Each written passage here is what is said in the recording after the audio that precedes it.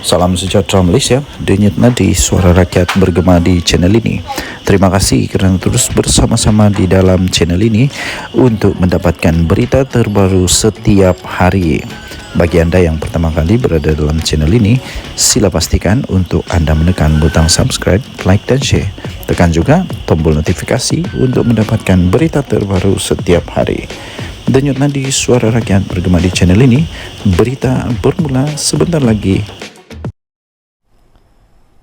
Salam sejahtera Malaysia. Daripada sabudin.com.net, Anwar yang dikejar janji. Semalam Anwar Ibrahim berkata adalah tidak adil untuk menyerangnya sekarang berhubung kenyataan mau menurunkan harga minyak yang pernah dibuatnya 20 tahun lalu. Mana adil, 20 tahun lalu punya kenyataan dimain hari ini. Cuba korek balik kenyataan 20 tahun yang lalu, Muhyiddin kah, Hadi Awang kah, cuba korek balik. Diorang dah buatkah hari ini? Ini kerana kata beliau, kenyataan ketika itu dibuat dalam keadaan yang tidak sama dengan sekarang. Konteksnya tidak sama ya. Masa itu, kata dia, masa saya umum dulu itu, hari ini jadi Perdana Menteri, esok harga minyak turun. Harga minyak di Arab Saudi mungkin sekitar 50 sen. Harga kita dah sekitar RM1.50 sekarang. Jadi saya kata kita keluarkan minyak. Sekarang kos keluaran dah bertambah. Nak gunakan kenyataan saya 20 tahun lalu itu tidak adil, kata Perdana Menteri.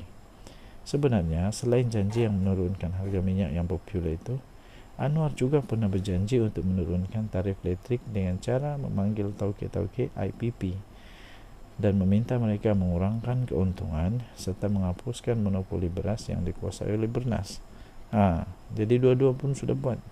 Paling menarik, beliau turut pernah berjanji untuk menurunkan harga barang-barang keperluan pengguna selepas kemenangan PH pada PRU tahun 2018. Betul. Lebih kurang ayat ucapan Anwar ialah beliau tidak mampu menurunkan harga barang ketika era PH kerana dirinya waktu itu tidak duduk sebagai Perdana Menteri. Dalam semua janji-janji itu dilepaskan, gambaran yang cuba Anwar berikan ialah hanya melalui kuasa Perdana Menteri saja barulah beliau mampu melakukan apa saja perubahan untuk rakyat. Keyakinan rakyat pula, oleh kerana beliau pernah berada dalam kerajaan sebelum itu dengan jawatan tertinggi sebagai timbalan Perdana Menteri, maka sudah tentulah apabila sudah menjadi Perdana Menteri nanti, semua janji itu mudah saja untuk dijadikan kenyataan. Inilah yang merupakan sebab utama Anwar disokong dan dinanti-nantikan menjadi Perdana Menteri. Dan sebab utama janji-janji lama itu diputar semula tidak lain dan tidak bukan ialah untuk mengingatkan Datuk Seri Anwar Ibrahim agar tidak lupa pada janji-janji yang pernah dibuatnya itu. Meskipun Anwar seperti menolak untuk menunaikan janji menurunkan harga minyak melalui kenyataannya semalam itu, tetapi bagaimana dengan janji-janji yang lain? Mau ditolak jugakah? Dan misalnya, sudahkah Tauke IPP dipanggil ke pejabatnya untuk diarah menerima keuntungan yang kurang? Anwar ini barangkali satu-satunya pemimpin yang berada dalam penantian yang cukup lama untuk menjadi Perdana Menteri, iaitu lebih 25 tahun lamanya.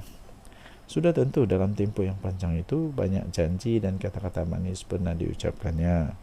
Tetapi, kalaupun semasa bercinta dahulu, seorang bakal suami itu pernah berjanji membelikan kereta Mercedes atau BMW kepada bakal istrinya setelah berumah tangga, meski banyak komitmen lain yang perlu dipenuhi, takkan sebiji Myvi tak mampu dibelikan. Maka itu dalam konteks janji, hari ini jadi Perdana Menteri, esok turun harga minyak, menurunkan paling minimum 5 sen seliter, takkan tak mampu juga. Begitu juga dengan lain-lain. Oleh kerana ia adalah janji yang sah yang diucapkan Anwar dalam kapasiti beliau sebagai calon Perdana Menteri, tidak kira berapa lama ia dilepaskan, mahu tidak mahu beliau masih terlekat tanggungjawab daripada segi moral untuk menunaikannya. Tentulah amat sukar untuk Anwar mendapat sokongan rakyat semula pada PRU 16 kerana akan datang jika sebiji habuk pun janji-janji itu tidak mampu dilaksanakannya, kecualilah jika pasukan media dan komunikasi kerajaan di bawah Fahmi Fadzil dan PMO mampu mencipta naratif ajaib untuk mengekalkan populariti bos mereka.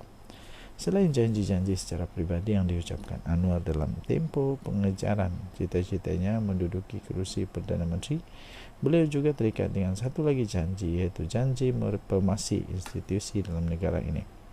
Janji reformasi itu sebagian besarnya tertulis dalam manifesto pilihan RPH yang antaranya ialah had panggal untuk Perdana Menteri. Perlindungan pemberi maklumat dipertingkatkan. Semakan semula terhadap Aksa Sultan 1948. SPRM diletakkan di bawah parlimen, pemisahan kuasa peguam negara dan pendakwa raya dan banyak lagi. Dalam hal tuntutan tersebut, Bersih dilaporkan akan mengadakan demonstrasi menuju ke parlimen esok Selasa untuk menyerahkan memorandum agar kerajaan tidak lupa pada janji-janji itu. Kesimpulannya, episod Anwar mengejar kursi Perdana Menteri sudah dikira berakhir. Tetapi yang bakal terbentang luas di hadapannya ialah selepas ini ialah janji-janji lama yang akan sentiasa mengejarnya kemana saja beliau pergi. Ditulis oleh Sabudin Husin 26 Februari 2024. Kita doakan semoga Datuk Seri Anwar Ibrahim cukup sihat, cukup panjang usia untuk dapat merealisasikan semua janji-janjinya. Saya percaya satu demi satu janji ini akan jadi kenyataan. Tenang-tenang saja, kita tunggu. Salam sejahtera Malaysia. Akhirnya ada suara daripada pemuda PAS, untuk akhirnya memberikan respon kepada Titah Agong, pemuda PAS daripada malaysiakini.com. Pemuda PAS, kerajaan kerajaan patut patuh Titah Agong, jangan main politik. Betul lah tu. Ketua Pemuda PAS Afnan Hamimi Taib Azamuddin mentafsirkan teguran daripada Yang di-Pertuan Agong Sultan Ibrahim agar ahli parlimen tidak bermain politik dengan menyasarkan kerajaan. Pelik juga. Itu si kerajaan pula disasarkan. Siapa yang main politik? Sebenarnya yang betul-betul main politik, adakah kerajaan ataupun pembangkang? Siapa yang mau tumbangkan kerajaan? Siapa yang mau terus-menerus berusaha tumbangkan kerajaan? Siap buat pengakuan pula tu. Jadi pelik juga Ketua Pemuda PAS ini mentafsir bahwa teguran itu menyasarkan kerajaan. Macam mana dia buat tafsiran? Pelik juga. Kata Afnan yang juga ahli parlimen Al-Usta, antara lain kerajaan bermain politik apabila tidak memberikan peruntukan yang sama rata kepada wakil rakyat pembangkang. Itu bukan politik, itu adalah memang begitu. Kenapa? Dulu waktu kerajaan Perikatan Nasional semua dibagi peruntukan sama rata kah? Jadi beliau kata, ini dia punya tafsiran sendiri. Dia kata, hentikan bermain politik dengan ahli parlimen pembangkang, menyekat peruntukan. Katanya pada satu kenyataan hari ini tidak menyekat. Datuk Seri Anwar Ibrahim hanya mahu mereka berbincang, itu saja.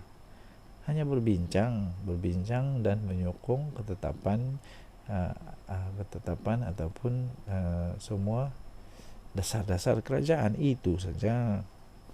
Bukannya suruh masuk PKR kah, masuk Pakatan Harapan kah, untuk jadi MP kerajaan kah? Tidak, mana ada begitu. Katanya kerajaan berhujah pembangkang harus melakukan rundingan jika melakukan peruntukan yang sama rata. Jadi betul itu. Jadi apa masalah di sana? Yang di-Pertuan Agong bertitah di parlimen hari ini bahawa baginda tidak akan melayan sebarang cubaan rampasan kuasa. Ini sebenarnya titah dia. Jadi siapa yang cuba rampas kuasa? Siapa? Pemuda PAS. Siapa yang cuba rampas kuasa? Itu yang sebenar-benarnya tafsiran dia adalah siapa yang cuba rampas kuasa dan menyeru mereka yang ingin bermain politik untuk menunggu sehingga pilihan raya umum akan datang. Jadi bermain politik itu adalah cubaan rampasan kuasa pada pendapat saya. Jadi siapa yang cuba untuk rampas kuasa? Anwarkah? Ini dilihat menyasarkan dilihat seperti menyesalkan pembangkang PN yang berkali-kali berkata sedang berusaha untuk mengambil alih Putrajaya. Ini baru betul. Entah macam mana orang-orang ni buat tafsiran, saya pun tidak faham. Dalam pada itu, timbalan Presiden PAS pula, Tuan Ibrahim Tuan Man pula mendakwa rancangan protes NGO pembaharuan pilihan raya bersih mengantar isyarat mungkin ia menjadi permulaan kepada kejatuhan kepada kerajaan perpaduan. Itulah tu bila nak berlaku perubahan ini. InsyaAllah saya jangka mudah-mudahan tidak akan habis penggal ini, katanya. Tiada harapan semualah, tiada harapan. Daripada Tita Agung ini memang tiada harapan sudahlah. Jadi dia kata kalau tengok realiti 22 bulan PH dahulu memerintah pun tiada ribut, tiada taufan, tiba-tiba kerajaan bertukar. Tapi kali ini dengan tekanan rakyat dan Bersih pun keluar kenyataan akan mengadakan demonstrasi ke Parlimen, kata ahli Parlimen Kubang Kerian, seperti yang petik Panderi hari ini. Sementara itu, Afnan pada kenyataan hari ini turut mendakwa terdapat arahan tidak bertulis supaya kaki tangan agensi persekutuan di negeri PN tidak terlibat dalam mesyuarat dengan kerajaan negeri atau menghadiri majlis rasmi. Jangan nanti keluar pula fitnah, habis kau. Jangan memfitnah kalau tiada. Okey, jadi anda boleh baca ini. Anda baca ini di malaysiakini.com. Kita jumpa lagi. Bye.